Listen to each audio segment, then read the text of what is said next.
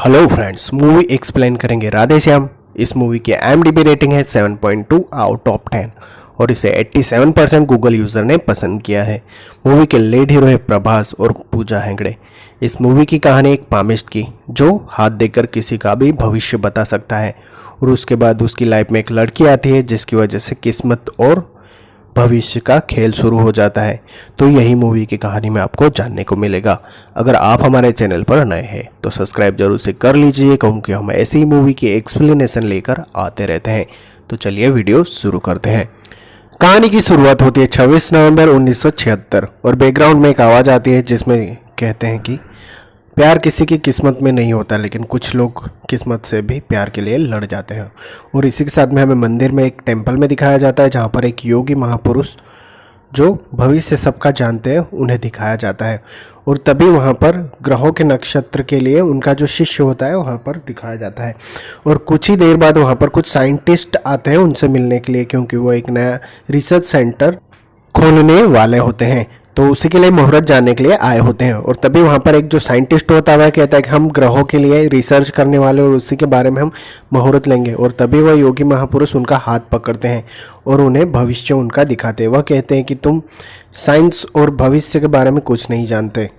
और इसी के साथ में वह साइंटिस्ट कहता है कि क्या आप ही अकेले महापुरुष हो जो यह सब कुछ जानते हैं। और तभी परमहंस योगी महाराज कहते कि नहीं, मेरा एक शिष्य है जो मुझसे भी अच्छी तरह से सब कुछ जानता है। और तभी हमें इंदिरा गांधी के पास यानी उनका हाथ देखने के लिए विक्रम आदित्य को दिखाया जाता है, जहाँ पर वह उनका जैसे ही हाथ देखते हैं और वह विक्रम आदित्य उसे बताता है कि आप इमरजेंसी डिक्लेयर करने वाले हैं इंडिया में। यह सुनते ही पूरी तरह से वह स्तब्ध रह जाते हैं। और तभी दूसरी तरफ हमें दिखाया जाता है कि क्या दूसरी तरफ वो साइंटिस्ट कहते हैं क्या हम उनसे मिल सकते हैं। और तभी योगी महाराज कहते हैं कि वो अभी इटली में है। नेक्स्ट सीन में हमें प्रभास यानी आदित्य को दिखाया जाता है जो हर जगह पे अलग अलग कंट्रीज़ में घूम रहा होता है। तभी ट्रेन में हमें एक लड़की को दिखाया जाता है जो वहाँ पर लटक रही होती हैं। वहाँ पर कुछ लड़के आते हैं और उन्हें वह कहते हैं कि क्या तुम मुझे संभाल पाओगे। और वो लड़की उन्हें अपना स्कार्फ पकड़ा देती है और वह ट्रेन से लटक जाती है। और तभी हमें दिखाया जाता है कि वह पूरी तरह से इस माहौल को एंजॉय करना चाहती है। तभी वो लड़के पूरी तरह से उसे बाहर से अंदर खींच लेते हैं। नेक्स्ट सीन में हमें हॉस्पिटल का सीन दिखाया जाता है जहाँ पर एक पेशेंट होता है जो सांस लेना बंद कर चुका है। तभी वही लड़की यानी प्रेरणा उसके पास आती है और वह कहती है कि आप सांस क्यों नहीं ले रहे हो। तभी वह बताता है कि मुझे कोई बीमारी नहीं है, मुझे यहाँ से जाने दो। तभी प्रेरणा का अंकल वहाँ पर आता है और वह प्रेरणा से कहता है कि तुम आज के बाद हॉस्पिटल नहीं आओगी। तभी प्रेरणा कहती है कि नहीं, मैं ठीक हूँ। नेक्स्ट सीन में हमें प्रभास यानी आदित्य के घर में दिखाया जाता है जो उसकी मॉम डांस प्रैक्टिस कर रही होती है और बच्चों को सिखा रही होती है। तभी उसका जो दोस्त होता है जिसका नाम होता है वेदांत, जो उसके पास आता है और आदित्य को कहता है कि उठो, और उसकी डायरी पढ़ने लग जाता है। तभी उसकी मॉम आकर कहती है कि इसकी डायरी मत पढ़ो क्योंकि यह भविष्य लिखा हुआ है। नेक्स्ट सीन में आदित्य को ट्रेन में दिखाया जाता है जहाँ पर वही लड़की यानी प्रेरणा उसे मिल जाती है। वह कहती है कि क्या तुम मुझे संभाल पाओगे, और वह फिर से उसे अपना स्कार्फ दे देती है जिसकी वजह से प्रभास उसे पकड़ लेता है। वहाँ पर एक खंभा होता है, उसके जरिए वह खुद भी लटक कर उसके सामने आ जाता है। और प्रेरणा आंखें बंद करके वहाँ से एंजॉय कर रही होती है। और जैसे ही वह अपनी आँख खोलती है तो वह देखती है कि वह लड़का भी यानी उसके साथ लटक चुका है। लेकिन जैसे ही वहाँ खंबा आने वाला होता है तो जिसकी वजह से वह अंदर खींच लेती है और वह कहती क्या तुम पागल हो गए हो। नेक्स्ट सीन में वो वहाँ से चली जाती है और हमें आदित्य को दिखाया जाता है जो उसका पीछा कर रहा होता है। तभी ट्रैफिक की वजह से बस वहाँ पर रुक जाती है और कांच पर आदित्य उससे नाम पूछता है। दूसरी तरफ थी वह कहती है कि क्यों। और तभी फिर से प्रभास अपने मुंह से हवा निकालता है और फिर कहता है कि गज़ल लिखनी है। लेकिन दूसरी तरफ से आवाज़ आता है कि अगली बार। और उसके बाद हमें दिखाया जाता है कि फिर कब मिलोगी। तभी प्रेरणा कहती कि अगर किस्मत में लिखा होगा तो हम फिर मिलेंगे। नेक्स्ट सीन में दोनों वहाँ से अलग अलग हो जाते हैं। नेक्स्ट सीन में आदित्य और प्रेरणा को हर जगह पर दिखाया जाता है लेकिन वह एक दूसरे के आमने सामने नहीं हो पाते हैं। नेक्स्ट सीन में फिर वह एक जगह पर होते हैं लेकिन वह प्रेरणा उसे देखे बिना भी निकल जाती है। एक सीन में हमें दिखाया जाता है कि वहाँ पर एक ड्राइंग होती है तो वहाँ पर प्रभास उसे स्माइली फेस बना देता है। जब रेस्टोरेंट में कॉफ़ी पी रहे हैं तो दोनों आगे पीछे बैठे होते हैं लेकिन फिर भी एक दूसरे को देख नहीं पाते हैं। तभी थिएटर में हमें दिखाया जाता है जहाँ पर प्रेरणा डांस कर रही होती है और जब तक वहाँ पर आदित्य पहुंचता है तब तक वह जा चुकी होती है। इस तरीके से बार बार वह एक दूसरे के आमने सामने होने के बावजूद भी एक दूसरे को देख नहीं पाते हैं। और तभी परमहंस महाराज, उनके जो गुरु जी होते हैं, वह उनसे यानी आदित्य के घर पर आते हैं। वो आदित्य से कहते हैं कि 99% सब कुछ सच होता है, लेकिन 1% लोग जो होते हैं जो अपनी किस्मत खुद लिखते हैं। और तभी उसकी शादी के बारे में बात करते हैं। और तभी आदित्य उन्हें कहता है कि मेरी शादी में लव लाइफ यानी शादी लिखी नहीं हुई है, यानी मैं किसी से प्यार नहीं कर सकता। नेक्स्ट सीन में वह आनंद राजपूत नाम के एक बड़े बिजनेसमैन से मिलने जाते हैं और तभी वह उनका हाथ देखते हैं। आनंद कहते हैं कि आने के लिए शुक्रिया, लेकिन आदित्य कहते हैं कि मेरे गुरुजी ने मुझे भेजा है इसलिए मैं आया हूँ। और जैसे ही वह उनका हाथ देखते हैं और वह बताते हैं कि आपका पॉलिटिशियन में कोई भविष्य नहीं है और आप एक बड़े बिजनेसमैन बनोगे। और तभी आनंद राजपूत को गुस्सा आ जाता है। वह कहता है कि फिर से मेरा हाथ देखो, लेकिन आदित्य कहता है कि मैं सिर्फ एक ही बार देखता हूँ। उसके बाद हमें दिखाया जाता है कि वह कहते हैं कि 29 नवंबर को आप बड़े बिजनेसमैन यानी बिजनेस हाथ में ले लोगे। नेक्स्ट सीन में वहाँ से आदित्य भागने लग जाता है क्योंकि राजपूत यानी आनंद राजपूत के आदमी उसका पीछा कर रहे होते हैं। तभी रोड पर अचानक से एक गाड़ी आ जाती है जिसकी वजह से प्रभा यानी आदित्य टकरा जाता है। उसका एक्सीडेंट होता है और जैसे ही वह हॉस्पिटल में पूरे हाथ से खून टपक रहा है और तभी प्रेरणा उसे वहाँ पर दिख जाती है और वह कहता है कि किस्मत में लिखा था और हम मिल चुके हैं, और उसके हाथ में बेहोश हो जाता है। नेक्स्ट सीन में हमें प्रेरणा के अंकल को दिखाया जाता है जो सब रिपोर्ट्स यानी आदित्य की देख रहा होता है और वह कहता है कि ये पामिस्ट है। और तभी दूसरे सीन में हमें दिखाया जाता है कि उसी के सामने वह प्रेरणा से प्यार करता है, यह कह देता है। तभी प्रेरणा गुस्से से आती है और वह कहते हैं कि क्या तुम मजाक कर रहे हो। और तभी वह कहते हैं कि मैं हर रोज़ 2 मिनट के लिए मरने की प्रैक्टिस करता हूँ, लेकिन मैं मर नहीं पाता।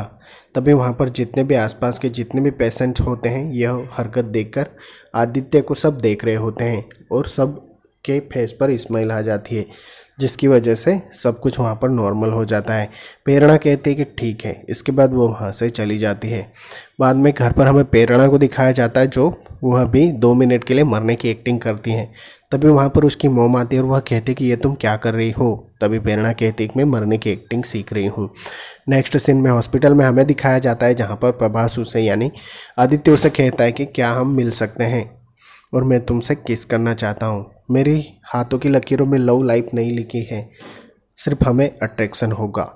और दूसरी बार हमें ट्रेन में यानी प्रेरणा को दिखाया जाता है जो 300 किलोमीटर दूर जाती है कहीं दूसरी सिटी में। वहाँ पर 300 किलोमीटर ड्राइव करके प्रभास यानी आदित्य उनसे मिलने आता है।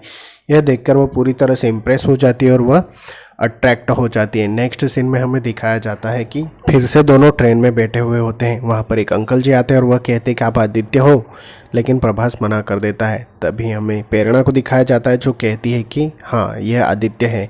और तभी उनकी अंकल की जो बेटी होती है वह कहती है कि सर आप प्लीज़ एक बार मेरी बेटी का हाथ देख लीजिए। और जब वह भविष्य देखते हैं तो वह कहता है कि इसका स्पोर्ट में कोई फ्यूचर नहीं है, इसे पढ़ाई पर ध्यान देना चाहिए।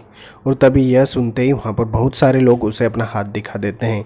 नेक्स्ट सीन में हमें दिखाया जाता है कि स्टेशन पर यानी आदित्य और प्रेरणा उतर जाते हैं और तभी उसे याद आता है कि इस ट्रेन का एक्सीडेंट होने वाला है और वह बचाने के लिए भागता हुआ उस ट्रेन के आगे पहुंचता है और वहां पर एक पेड़ होता है, उसे काटकर वहीं पर पटरी पर गिरा देता है। जैसे ही वह पेड़ वहां पर गिरता है ट्रेन को दिखाया जाता है, लेकिन वहां पर दूसरी पटरी होती है जिसकी वजह से ट्रेन उसके साइड से दूसरी पटरी पर निकल जाता है और उसका एक्सीडेंट हो जाता है।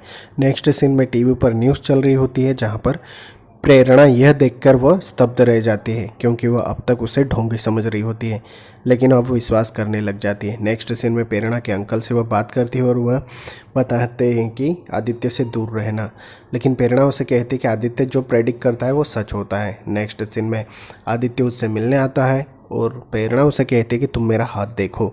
और तभी प्रभास उसका हाथ देखती है और वह कहता है कि तुम बहुत लंबे समय तक जीने वाली हो। नेक्स्ट सीन में उसे तभी वहाँ पर बेहोश हो जाती है और वह उसे हॉस्पिटल लेकर आता है और उसका ऑपरेशन यानी उसे ठीक करने के लिए डॉक्टर की हड़बड़ी मची हुई होती है। बहुत सारा टाइम निकल जाता है और आदित्य बाहर ही बैठा होता है। जैसे ही वह अंदर आता है और वह कहता है कि तुम बहुत जियोगी और उसे उम्मीद जगाता है। तभी प्रेरणा के अंकल उसे कॉलर पकड़कर बाहर निकाल देता है। वह कहते हैं कि उसे ब्रेन ट्यूमर है और अब तक वह सिर्फ 3 ही महीने जिएगी, लेकिन आदित्य कहता है कि तुम जियोगी। तभी प्रेरणा अपने जो डॉक्यूमेंट होते हैं, उससे भी बड़े सर्जन होते हैं, उन्हें डॉक्यूमेंट दिखाते हैं और वह कहते हैं कि सिर्फ तुम 3 महीने ही जी पाओगी। नेक्स्ट सीन में पूरी तरह से इमोशनल हो जाती है यह देखकर प्रेरणा के अंकल वहाँ पर बहुत सारे उसके जो मरीज होते हैं, मरे हुए लोगों के फिंगरप्रिंट्स लेते हैं और आदित्य को चेक करने के लिए वो उसके पास पहुँचते हैं। आदित्य को जब वो डॉक्यूमेंट देते हैं यानी फिंगरप्रिंट्स हाथों की, वह देखने के लिए कहते हैं और आदित्य जब वह सारे हाथों की लकीरों को पढ़ते हैं तो वह पूरी तरह से स्तब्ध रह जाते हैं, क्योंकि वो जो भी होता है वह सब सच सच बता देता है। यहाँ तक कि इस तरीके से मरा यानी पोस्टमार्टम के बिना भी वह सारी सच्चाई खोल देता है। यह सब देखकर प्रेरणा के अंकल पूरी तरह से स्तब्ध रह जाते हैं और वह कहते हैं कि ठीक है, मैं तुम्हें मानता हूँ। और वह कहते हैं क्या सच में प्रेरणा जिएगी? और प्रभास यानी आदित्य उनके हाथ पकड़कर कहता है कि हाँ, वो ज़रूर जिएगी। कैसे मुझे पता नहीं, लेकिन वह बहुत लंबा जिएगी। और तभी प्रेरणा उसके अंकल से मिलने आती है और वह कहते हैं कि तुम ज़रूर जियोगी। यह सुनते ही पूरी तरह से वह खुश हो जाती है और जीने की तमन्ना जाग उठती है। नेक्स्ट सीन में आनंद राजपूत को दिखाया जाता है जो गोल्फ खेल रहा होता है और वो अपने दोस्तों को बताता है कि आज के दिन मैं बिजनेस को टेक ओवर करने वाला हूँ, लेकिन मैं तो यहाँ पर गोल्फ खेल रहा हूँ। और तभी उसका पीए आता है और वह बताता है कि आपके पापा की डेथ हो चुकी है। और तभी नेक्स्ट सीन में हमें दिखाया जाता है कि आनंद राजपूत वहाँ पर पहुँचते हैं और वह आदित्य की बात कही हुई सच निकलती है। अपने पापा के अंतिम संस्कार करते हैं और वह बिजनेस टेक ओवर कर लेता है। नेक्स्ट सीन में हमें आदित्य की मॉम को दिखाया जाता है जो प्रेरणा को लेकर अपने घर पहुँचता है और वह अपना घर दिखाता है। और इसके बाद वह बाहर जाता है तो प्रभास की डायरी यानी आदित्य की जो डायरी होती है जिसमें फ्यूचर लिखा होता है वह पूरी तरह से पढ़ना चाहती है, लेकिन तभी वहाँ पर अचानक से आदित्य आ जाता है और वह वहाँ पर रख देती है। नेक्स्ट सीन में हमें दिखाया जाता है कि वह अपनी डायरी को जैकेट के अंदर रख लेता है। दोनों पार्क में बैठे हुए होते हैं और उसे ठंड लग रही होती है तो अपना जैकेट उसे दे देता है। नेक्स्ट सीन में वह उसे प्रपोज करने वाली होती है और तभी आदित्य उसे कहता है कि मेरे हाथों में प्यार की लकीर नहीं है, इसलिए तुम रहने दो। नेक्स्ट सीन में हमें दिखाया जाता है कि प्रेरणा मरने के सोचती है, लेकिन जैसे ही वह बाहर निकलती है और तभी आदित्य अपने गुरुजी से मिलने जाता है और नेक्स्ट सीन में वह अपना हाथ यानी उसके गुरुजी कहते हैं कि मैं तुम्हारा हाथ देखना चाहता हूँ। और जब जैसे ही वह अपना हाथ आदित्य बताता है तो वह देखकर स्तब्ध रह जाता है, क्योंकि उसका फ्यूचर बहुत ही खतरनाक होता है और वह कहते हैं कि तुम ऐसा नहीं कर सकते। तभी हमें दिखाया जाता है कि आदित्य कहता है कि मैं ये सब कुछ मान नहीं सकता, लेकिन मैं जो भी करूँगा अपनी मर्जी से करूँगा। नेक्स्ट सीन में पूरी डायरी प्रेरणा पढ़ लेती है और वो पूरी तरह से इमोशनल हो जाती है। नेक्स्ट सीन में उसकी पूरी फैमिली आती है और वह कहती है कि तुम जियोगी। और आदित्य जब प्रेरणा से मिलने आता है तो वह कहता है कि मैं आखिरी बार तुम्हारे साथ डांस करना चाहता हूँ, उसके बाद मैं चला जाऊँगा। यह कहते ही है प्रेरणा उसके पास आती है और एक बड़ी सी पार्टी होती है जहाँ पर दोनों एक दूसरे के साथ डांस करते हैं और उसी रात दोनों एक दूसरे के साथ अपना टाइम स्पेंड करते हैं। और जैसे ही उसकी डायरी जो होती है वह फिर से रिटर्न करती है और उस पर लिखा होता है कि 26 तारीख को ही खोलना। नेक्स्ट सीन में हमें दिखाया जाता है कि आदित्य के चले जाने से पूरी तरह से प्रेरणा इमोशनल होती है। तभी वही लड़की को दिखाया जाता है जो स्पोर्ट में यानी आदित्य ने उसकी भविष्यवाणी की थी। एक्सीडेंट की वजह से उसका हाथ चला जाता है और उसके पापा की डेथ हो जाती है।